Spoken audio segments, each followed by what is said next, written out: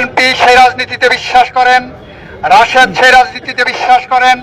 আমরা বলেছি শান্তি চাই, ফ্যাসিস্টের উৎখাত চাই, ফ্যাসিস্টদের প্রতিরোধ চাই। আমাদের ঝিনাইদহবাসীর গর্ব, এটি শুধুমাত্র আপনাদের শৈলকুপাবাসীর জন্য গর্বের বিষয় নয়।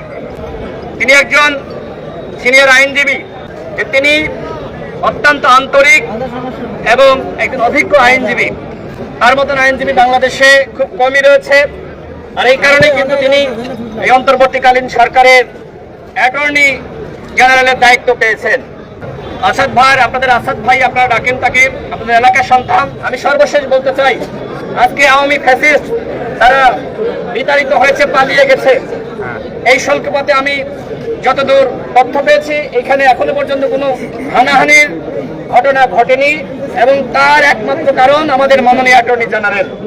এই সামাজিক অনুষ্ঠানে আসাদ ভাইকে ভালোবেসে, আমাদেরকে ভালোবেসে, আমাদের শিক্ষকদের আয়োজনে যারা এসেছেন সবাইকে শুভেচ্ছা জানাচ্ছি। আমার প্রিয় শিক্ষকদের তত্ত্বাবধানে শৈলকুপা নাগরিক সমাজের ব্যানারে আজকের এই ঐতিহ্যবাহী ঈদ আনন্দ র্যালির যে সুষ্ঠু আয়োজন করেছেন, আয়োজকদেরকে শুভেচ্ছা জানাচ্ছি, ধন্যবাদ জানাচ্ছি। শৈলকুপার মাটি ও মানুষের সোজা মাটির গন্ধ যাদের গা থেকে বের হয়ে আসে, যে কৃষক কাজ শেষে ঘরে ফেরে, যে শ্রমিক কাজ শেষে ঘরে ফেরে গান গায় জীবনের গান, আমরা তাদের সন্তান। আমরা সেই সমস্ত মানুষের সাথে আজ ঈদ আনন্দ র্যালি করতে পেরে, তাদের সাথে ঈদের শুভেচ্ছা বিনিময় করতে পেরে নিজেদেরকে ধন্য মনে করছি, গর্বিত মনে করছি, আনন্দিত মনে করছি। আপনারা এখানে যারা আছেন তারা বিভিন্ন শ্রেণী পেশার মানুষ আছেন। আপনারা এখানে যারা আছেন বিভিন্ন সামাজিক দলের নেতারা আছেন। এখানে যারা আছেন রাজনৈতিক দল, তার অঙ্গ সংগঠনগুলোর নেতাকর্মীরা আছেন। আপনাদের উদ্দেশ্যে দুটি কথা বলতে চাই। তার একটি হলো, এই শৈলকুপাকে হানাহানি মুক্ত রাখার জন্য আপনারা যে পরিকল্পনা করবেন, আপনারা যে সুপারিশ দেবেন, আপনারা যে উদ্যোগ গ্রহণ করবেন, প্রতিটি উদ্যোগের সাথে আমি আপনাদের পাশে থেকে শৈলকুপাকে হানাহানি মুক্ত করবো এই প্রতিশ্রুতি দিচ্ছি ইনশাআল্লাহ। প্রতি বছর ঈদের সময় শৈলকুপা থেকে অনেক লাশ বের হয়, ঝিনাইদহ পোস্টমর্টেম করতে নিয়ে যাওয়া হয়। আমরা অত্যন্ত আনন্দের সাথে জানাচ্ছি এবার সেই ধরনের কোনো ঘটনা ঘটেনি।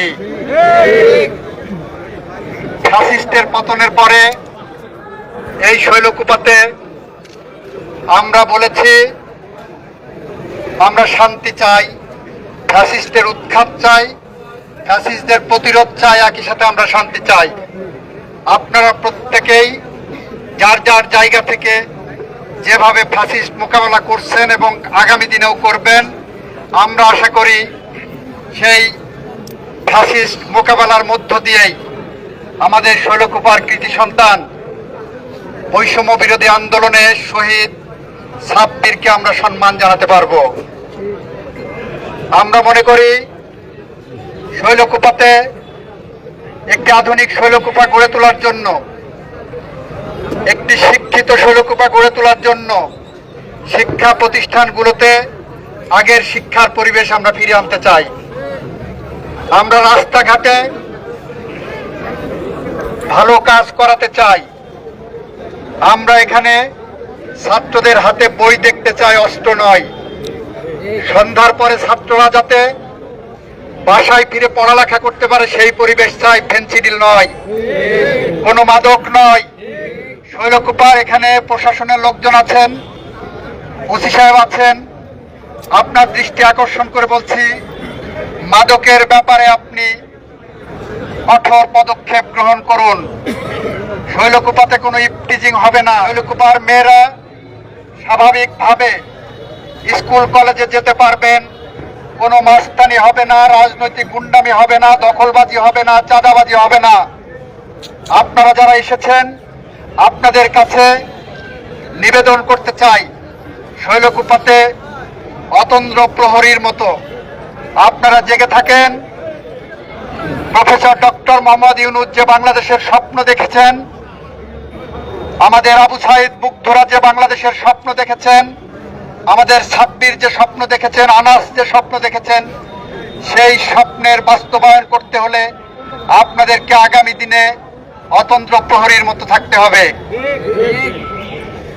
যদি কোনো দুর্নীতিবাজ পান, যদি কোনো ইফতিজার পান, যদি কোনো মাদক সেবী পান, আপনারা তাদেরকে ধরে পুলিশে সোপর্দ করুন।